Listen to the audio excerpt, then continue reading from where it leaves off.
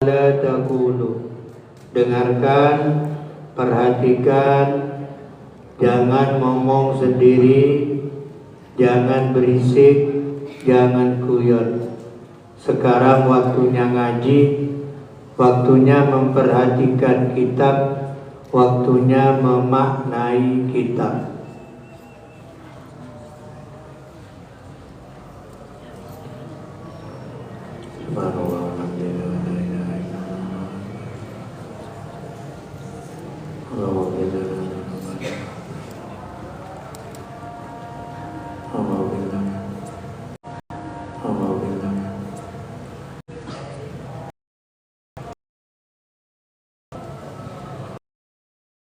Billahi minasyaitonir rajim wa uhyil mauta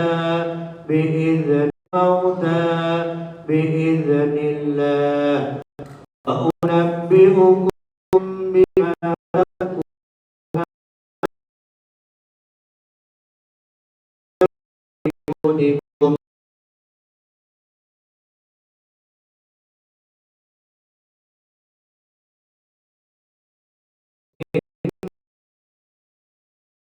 Ayatan lakum in kuntum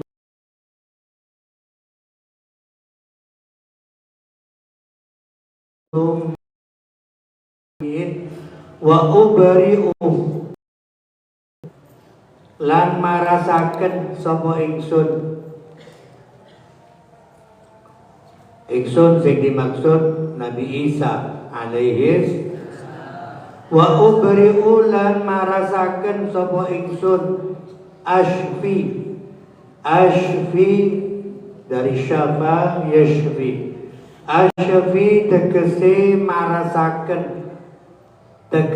marasaken sapa ingsun al-akmaha ing wong kang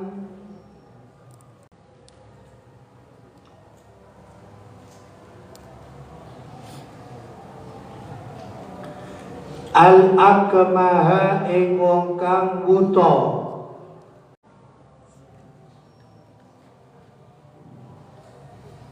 Al-akmaha ing wong kang buta. A'ma buta, akmah buta. Bedanya al-farq bainahuma, ya, ada perbedaan tipis. Walaupun dua-duanya maknanya sama, akmah buta, a'ma juga buta. Cuma bedanya kalau akmah ini buta dari mulai lahir. Memang mulai perucut lahir dia nggak bisa melihat.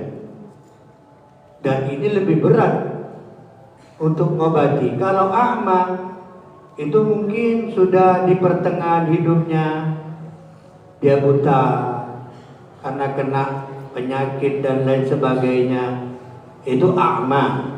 Tapi kalau akmah itu buta dari mulai lahir. Al-akmah itu perbedaan, ya, perbedaan antara akmah dan a'ma.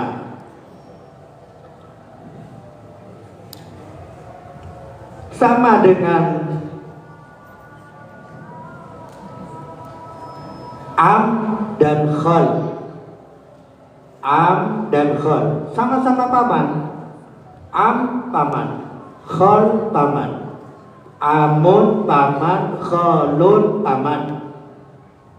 Kalau perempuan saudaranya orang tua perempuan, ya dikatakan ammatun, khalatun, bebek, ya, bebek bahasa kita.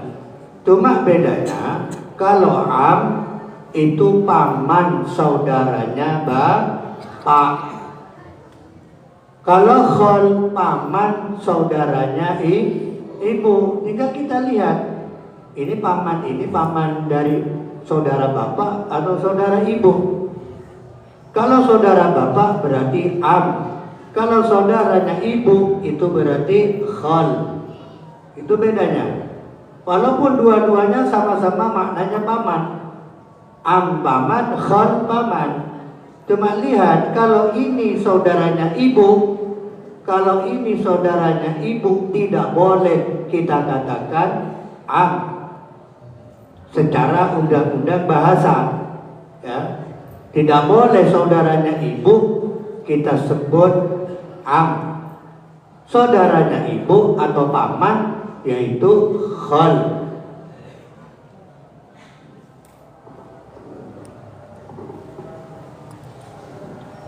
Demikian pula antara akmah dan a'ma, sama-sama maknanya orang buta. Nah, kalau akmah ini buta mulai dari lahir. Kalau a'ma buta di tengah jalan. Misalnya umur 5 tahun buta, umur 10 tahun buta, umur 20 tahun buta, umur 50 tahun buta. Itu a'ma, bukan akmah. Al-akmah, dan dari segi pengobatan, ya, dari segi pengobatan lebih berat yang buta dari lahir, atau yang disebut bahasa Arabnya akmah. Lebih berat itu daripada a'ma. Karena kalau a'ma asalnya dia melihat, cuma karena ada penyakit atau ada sesuatu sehingga dia tidak bisa melihat. Al-akmah ing wong kang buta asal gitu. Ing wong kang buta asal. Jadi dari asalnya sudah buta. Mulai lahir buta. Alladzi wulida kang den lairaken sapa akmah.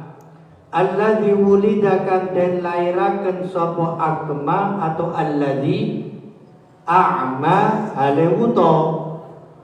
A'ma halewuto berarti buta asal, buta dari mulai lahir.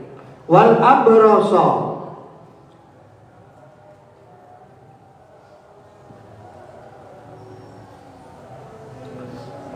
wal abrasa lan wong kang belang, penyakit belang, sopak bahasa Indonesianya. Jadi di bagian tubuhnya itu putih, bukan panu lain. Abros ini bukan panu, bukan. Wal abrasa lan wong kang belang, wa khussa lan den tentokaken sop apa akmah lan abros bidzikri kelawan nutur, wa khussa dengan ada alif, alifnya litasniyah. Wa khussa lan den tentokaken apa akmah lan abros bidzikri kelawan nutur li'annahuma da'i'ya'in,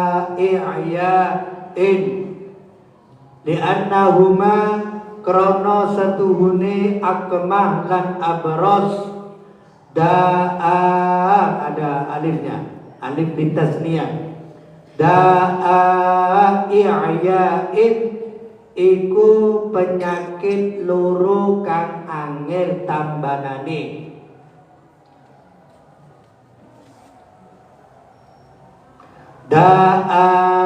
Da'i'ya'in iku penyakit loro kang angel tambanane.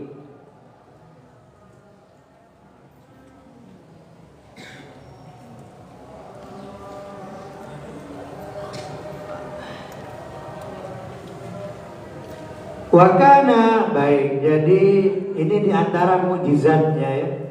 Jadi Nabi Isa alaihi salam itu bisa membuat burung dari tanah lempung, burung dari tanah lempung, dan bisa terbang, bisa hidup. Ya. Kalau kita bisa buat kapal terbang, tapi dari kertas, dilipat-lipat, bentuknya seperti kapal, kemudian dilempar ke atas. Itu kan mainan kita ya. Mainan anak-anak kecil. Ini Nabi Isa bisa membuat burung dari tanah lempung dan bisa hidup sebentar, tapi hidupnya sebentar, terbang lenyap dari orang, jatuh sudah, hanya sebentar. Dan ini mukjizat yang diberi oleh Allah. Kemudian apa lagi mukjizatnya Nabi Isa? Yaitu menyembuhkan orang yang buta asli, buta mulai dari lahir ya.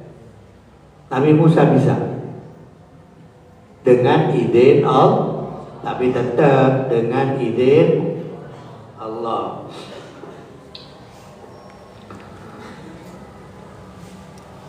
Dan bisa menyembuhkan orang yang kena penyakit sopak. Jadi seperti belang gitu, penyakit belang, kan ada orang itu kadang. Jadi kadang di di tangannya itu, di belakang tangannya, tangan bagian atas itu belang. Ya. Ini bukan panu, tidak, lain. Panu lain, abros lain. Siapa yang pernah kena penyakit ini? Yang pernah kena penyakit ini adalah walinya Allah yang terkenal, yang walinya Allah yang mastur ya, yang ditutupi, yang tidak mau menampakkan diri. Siapa beliau? Yaitu Uwais Al-Qarni. Uwais Al-Qarni rahimahullah ta'ala, rahmatal abrar. Jadi Uwais Al-Qarni ini tidak terkenal di dunia, tapi terkenal di langit. Jadi malaikat-malaikat itu tahu siapa Uwais Al-Qarni itu tahu. Jangan sampai ngangkat tangan katanya. Uwais Al-Qarni ini jangan sampai ngangkat tangan, berdoa maksudnya. Kalau Uwais Al-Qarni berdoa, arasy bergetar. Arasy bergetar. Tapi beliau nggak mau diketahui. Nggak mau diketahui orang, nggak mau beliau. Jadi ada model-model seperti ini ya. Ada yang nggak mau dilihat. Kelebihannya, kemuliaannya nggak mau dilihat ya. Ada wali masyhur seperti Sultanul Aulia Asy-Syaikh Abdul Qadir Al-Jailani. Di dunia terkenal, juga di langit terkenal. Wali masyhur. Tapi wali Uwais Al-Qarni ini wali mastur. Wali mastur. Mana hebat misalnya wali masyhur dengan wali mastur. Secara umum loh, bukan bandingannya Syekh Abdul Qadir, bukan. Kan banyak wali-wali ini yang gak mau menampakkan diri ya. Lebih baik menyembunyikan diri ya. Mana hebat? Urusan hebat itu urusan Allah. Kita tidak tahu mana yang hebat, wali yang masyhur atau wali yang mastur, yang ditutupi. Gak mau kelihatan, gak mau terkenal, gak mau nampak kelebihannya, kemuliaannya, menyembunyikan diri. Bahkan kalau sampai kelihatan orang kelebihan beliau, ada yang sampai minta lebih baik dimatikan saja, lebih baik saya mati. Sampai seperti itu wali mastur ini. Ya nggak mau, nggak mengharap pujian orang, tidak. Bahkan menyembunyikan diri, ya. Seperti kelihatannya sama orang seperti orang biasa, bahkan seperti kiri, tapi sebetulnya dia wali indallah wali. Seperti siapa? Ini Uwais Al-Qarni. Sampai dikatakan Uwais Al-Qarni ini jangan sampai doa. Kalau sampai doa, arasy bergetar. Arasy bergetar, berarti kan hebat ini. Tapi wali mastur, tukang ngarit. Nah, jangan ngeremehkan orang, ya. Nanti kita kecelek, ya. Tukang ngarit, dia kerja sama orang yang punya sapi, punya onta, dia yang mencarikan makanan. Itu kerjanya.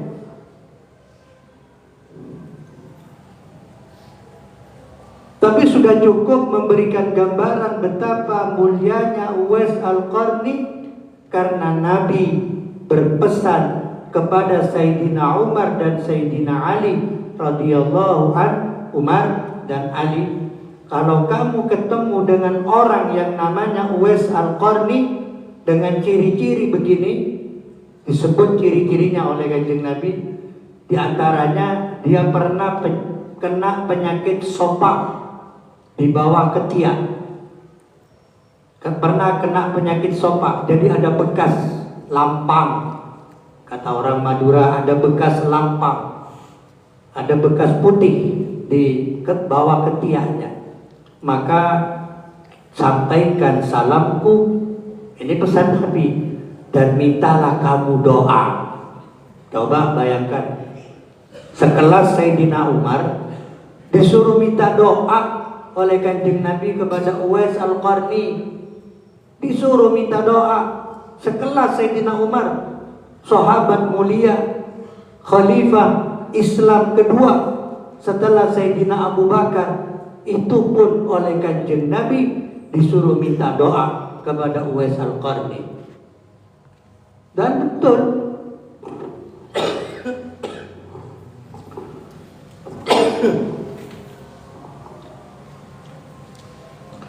ketika kekhalifahan dipegang beliau, Sayyidina Umar wafat, Kanjeng Nabi diganti Sayyidina Abu Bakar, khalifah pertama.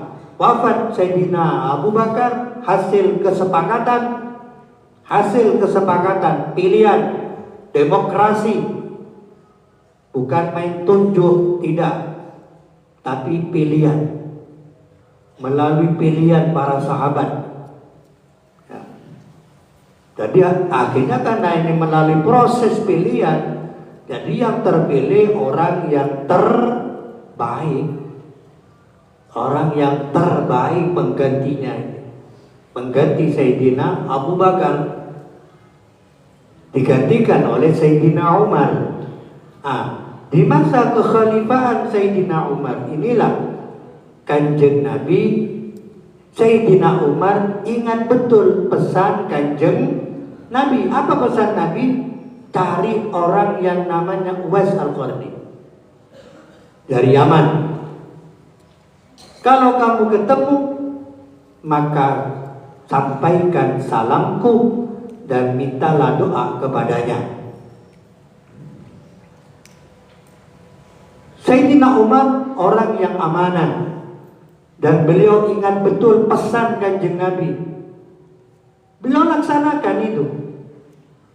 Kalau main enak-enakan atau kalau main kardi-kardian, untuk apa Sayyidina Umar mencari Uwais Al-Qarni? Ya, saya khalifah sudah dipegang saya. Saya sudah khalifah.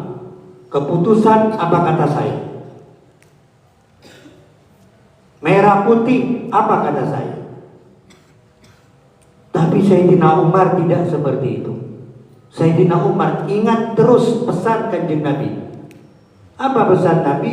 Cari orang yang namanya Uwais Al-Qarni dari Yaman. Kalau kamu ketemu, sampaikan salamku dan kamu mintalah doa kepadanya. Loh, kalau main kardi-kardian, untuk apa Sayyidina Umar cari Uwais Al-Qarni? Saya sudah khalifah, saya sudah memegang jabatan presiden. Untuk apa? Tapi tidak, saking cintanya kepada Kanjeng Nabi, saking tawadhu'nya kepada Kanjeng Nabi, Uwais Al-Qarni tetap melaksanakan pesan Kanjeng Nabi. Dari setiap musim haji ada orang haji dari mana rombongan kan? Setelah haji itu sowan kepada khalifah itu sowan. Dari mana rombongan ini? Kalau sudah mengatakan dari Yaman, mesti ditanya, adakah di antara kalian orang yang namanya Uwais Al-Qarni? Kalau yang dari lain, dari Syam, dari Irak, dari Turki, tidak. Yang dicari karena Uwais ini orang yang Yaman. Gak ada ternyata. Ada lagi rombongan sowan kepada beliau, ditanya. Pokok setiap rombongan dari Yaman mesti ditanya, ada gak di antara kalian yang bernama Uwais Al-Qarni? Rombongan kalian ini tidak ada khalifah. Sudah dibiarkan. Datang lagi rombongan, ditanya dari mana? Dari Yaman. Adakah di antara kalian orang yang namanya di antara rombongan kalian adakah yang bernama Uwais Al-Qarni? Kemudian ada rombongan yang berkata, ada khalifah, tapi dia itu pengembala kambing dan onta kami, yang jaga kambing dan onta kami. Sekarang saya ajak dia haji untuk menjaga onta-onta kami, kendaraan-kendaraan kami. Ada di luar, di mana? Ada di luar, khalifah. Dia jaga, ya ibarat sekarang lah, sopir lah. Itu supir, ada khalifah tapi supir kami itu Uwais Al-Qarni. Coba dipanggil. Nah, dipanggil lah menghadap khalifah. Setelah dipanggil, betul sampean Uwais Al-Qarni, betul. Aku ada perlu dengan sampean. Diajak masuk ke dalam. Diajak masuk ke dalam berdua. Kemudian ditanya, sampean betul Uwais Al-Qarni? Betul. Boleh dibuka bajunya. Boleh dibuka bajunya karena beliau ingin melihat tanda yang disampaikan oleh Kanjeng Nabi. Jadi di bawahnya ini ada lampang, bawah ketiak. Coba dibuka bajunya. Setelah dibuka, betul. Ada lampang. Ada pernah kena penyakit abros, penyakit ini, penyakit sopak. Betul. Akhirnya sampean ada salam dari Kanjeng Nabi. Salamnya nggak tanggung-tanggung ya, dari Kanjeng, bukan dari Pak RT. Kalian dapat salam dari Pak Camat, Pak Lurah, sudah bangganya luar biasa. Kalian dapat salam dari Bapak Bupati, bangganya luar biasa. Ini bukan dari Bupati, bukan dari Gubernur, bukan dari Menteri, bukan dari Presiden, tapi dari Kanjeng. Betapa bahagianya Uwais Al-Qarni, betapa senangnya yang kirim salam Kanjeng Nabi. Kemudian apa? Katanya Uwais Al-Qarni ini, yang kedua, doakan aku, karena ini pesan Kanjeng Nabi. Aku suruh minta doa kepada sampean. Gak mau, gak bisa. Gak bisa, sampai harus berdoa untuk saya. Karena ini pesan Kanjeng Nabi. Berdoa. Uwais Al-Qarni mendoakan Sayyidina Umar. Setelah itu apa? Setelah itu Uwais Al-Qarni berpesan, cukup sampean yang tahu. Cukup sampean yang tahu, tolong jangan kasih tahu orang lain. Cukup sampean yang tahu saya. Itu pesan. Jadi gak cerita kepada kepada rombongan itu. Kalau orang ini dapat salam dari Kanjeng Nabi dan orang ini aku disuruh minta doa kepadanya. Gak cerita Uwais Al-Qarni, Sayyidina Umar, karena pesan Uwais Al-Qarni, Sayyidina Umar, saya mohon jangan sampai ceritakan ke rombongan kami. Cukup sampean dan saya yang tahu, cukup. Jadi dia ini zahirnya tukang ngarit, mengembala onta, mengembala kambing, itu kerja beliau. Tapi ini walinya Allah yang hebat, bukan sekedar wali. Walinya Allah yang hebat. Jangan sampai berdoa, kata Nabi. Kalau Uwais Al-Qarni berdoa, arasy bergetar. Arasy bergetar. Arasy bergetar. Itu kehebatan Uwais Al-Qarni. Tapi kewaliannya wali mastur. Wali mastur. Baik. Jadi mukjizat Nabi Isa alaihissalam bisa menyembuhkan orang yang buta asli, buta dari mulai lahir. Yang kedua, Nabi Isa alaihissalam bisa menyembuhkan orang yang terkena penyakit abras atau penyakit sopak. Bukan daging jelek, enggak, bukan ya. Kalau daging jelek itu ajzam namanya. Ya, ajzam. Dagingnya yang merotoli itu. Dagingnya merotoli itu ajzam namanya, bukan abros. Ini abros, penyakit sopak bahasa Indonesianya. Baik, kenapa? Padahal Nabi Isa itu bukan hanya bisa menyembuhkan ini. Penyakit-penyakit yang lain juga bisa. Nabi Isa itu mukjizatnya. Kenapa ini disebut? Ini yang dimaksud wa khussa bidzikri.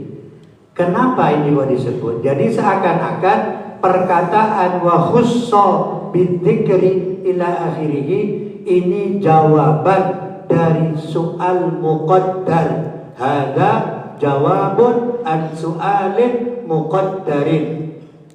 Perkataan wa khussa bidzikri ini seperti jawaban dari pertanyaan yang dikira-kirakan.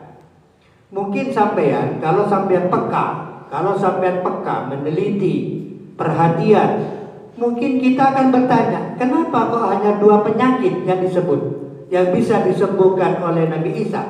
Apakah cukup 2 penyakit itu atau segala penyakit? Nah, ini jawabannya.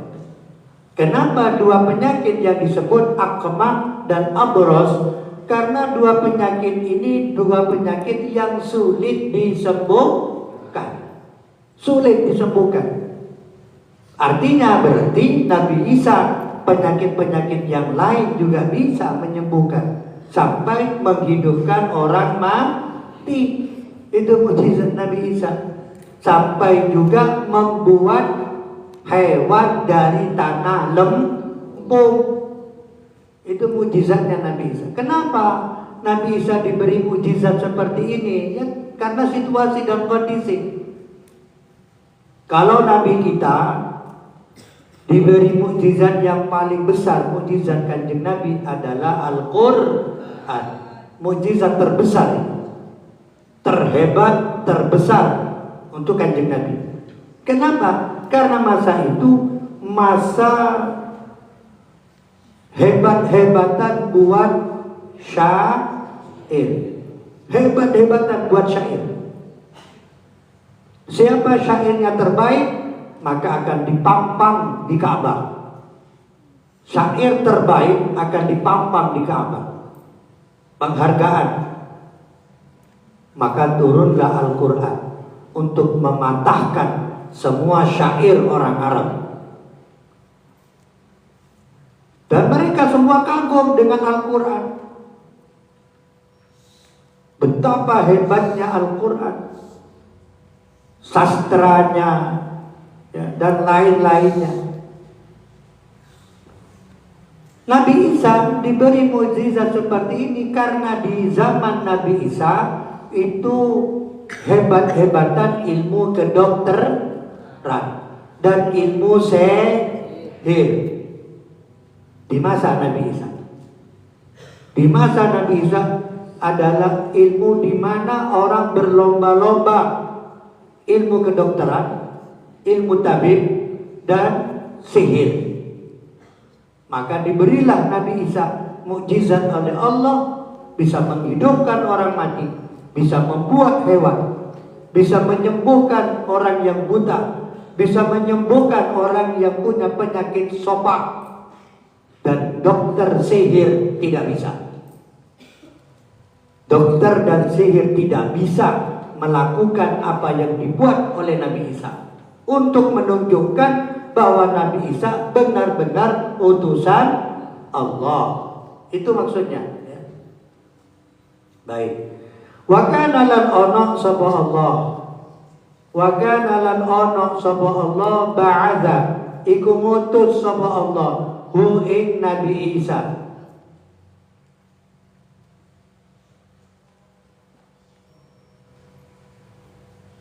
Wa kana lan ono sapa Allah ba'adha iku ngutus sapa Allah hu ing Nabi Isa fi zamani tibbi ing dalam zamane kedokteran atau nambani. Fi zamani tibbi ing dalam zamane kedokteran atau nambani. Fa abro'a moko marasaken, fa abro'a moko marasaken sapa Nabi Isa fi yaumin ing dalam sedina khamsina ing 50 alfan apane ewune bidu'ai cukup kelawan donga, bidu'ai kelawan donga bisyartil imani kelawan syarat iman. Wa abra'a fa abra'a moko marasaken sapa Nabi Isa fi yaumin ing dalam sedina khamsina ing 50 alfan apane ewune bidu'ai kalam cukup kelawan donga, bidu'ai kelawan doa bisyartil imani kelawan syarat iman. Dan Nabi Isa diutus oleh Allah pada zaman kedokter, zaman orang berlomba-lomba untuk bisa nambani. Makanya kenapa Nabi Isa diberi mukjizat seperti itu? Sesuai kondisi, sesuai situasi dan kondisi. Dan Nabi Isa sanggup menyembuhkan dalam sehari 50.000 orang sakit. Dalam sehari. Bayangkan, sakit apa saja, sakit lambung, sakit gigi, sakit segala penyakit, lambung, sakit kepala, apalagi cuma itu, buta bisa mati dihidupkan. Itu Nabi Isa dalam sehari 50.000, cukup dengan doa. Toko besomu serempuk beres, cukup di doa. Nggak seperti dokter-dokter sekarang gitu ya, pakai alat-alat, pakai alat diagnosa, masih dilihat, diraba, disentuh tubuhnya. Nabi Isa nggak perlu seperti itu, cukup doa, cukup disembur, cukup doa, cukup disembur. Dalam sehari 50.000 pasien. 50.000 pasien. Tapi syaratnya harus iman, harus percaya terhadap Allah dan percaya kepada Nabi kalau Nabi Isa utusan Allah. Itu cuma syaratnya. Gak ada uang, gak ada apa. Gak ada uang, gak ada apa. Syaratnya pokok iman, percaya kepada Allah dan percaya terhadap Nabi sebagai utusan Allah. Itu toh syaratnya. Kalau mau seperti itu diobati oleh Nabi Isa, dan mengobatinya cukup dengan doa, cukup dengan nyembur, nggak pakai alat-alat yang seperti sekarang itu di kedokteran. Enggak, cukup doa, bid-doa, la bil alati. Enggak, hanya bid-doa, la bil alati, tidak dengan alat. Wa uhilan nguripaken sapa ingsun, wa uhilan nguripaken sapa ingsun al mauta ing pira-pira wong mati biidznillahi kelawan idine Allah, biidznillahi kelawan idine Allah. Wa uhilan nguripaken sapa ingsun al mauta ing pira-pira, ini jamak, al mauta ing pira-pira wong mati biidznillahi kelawan idine Allah.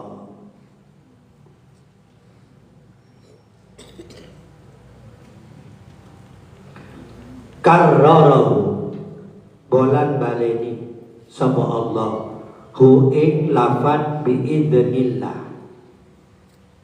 Kenapa diulang-ulang oleh Allah? Perhatikan, di atasnya kan ada biidznillah, ya.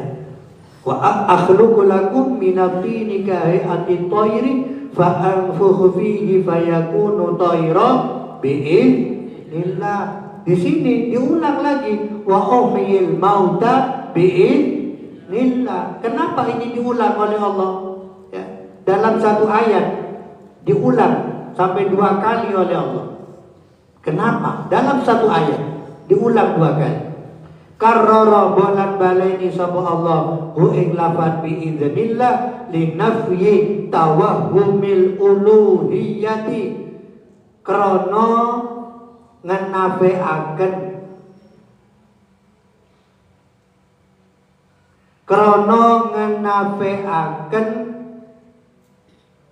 salah ciptane bangsa pangeran. Linafyi tawahhumil uluhiyati, krana meniadakan. Ngenafeaken itu maksudnya meniadakan. Krana ngenafeaken salah ciptane, salah duga. Linafyi tawahhumil uluhiyati, krana ngenafeaken salah ciptane bangsa pangeran fihi ing dalam Nabi Isa. Fihi ing dalam Nabi Isa.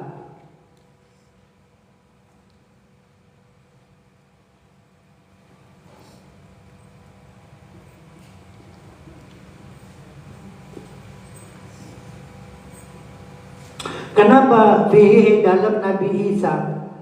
Kenapa ini diulang lafaz ini biiznillah biiznillah? Ini supaya orang tidak salah sangka untuk menghilangkan dugaan bahwa Nabi Isa adalah Tuhan. Tidak, bukan Tuhan Nabi Isa. Paham kita loh ya, paham kita.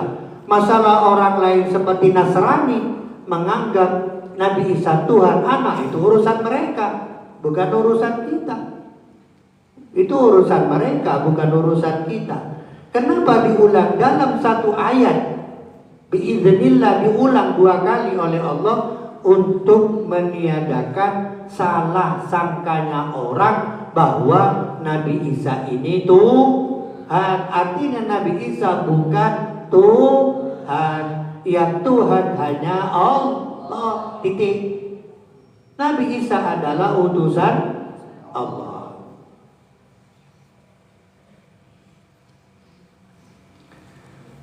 Fa'ahya azirun sadiqan lahu wa banul ajuz Allahu a'lamu bis-shawab.